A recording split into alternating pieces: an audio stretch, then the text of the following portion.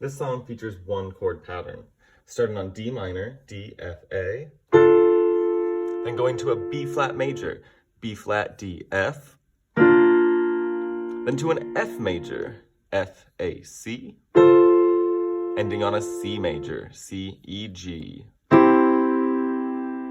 In one hand, this chord pattern could look like this. Each chord gets 4 beats. 2, 3, 4. B flat, F major, C major. Repeat. In two hands, the pattern for this song could look like this. Start on D major. 1, 2, 3, 4. B flat,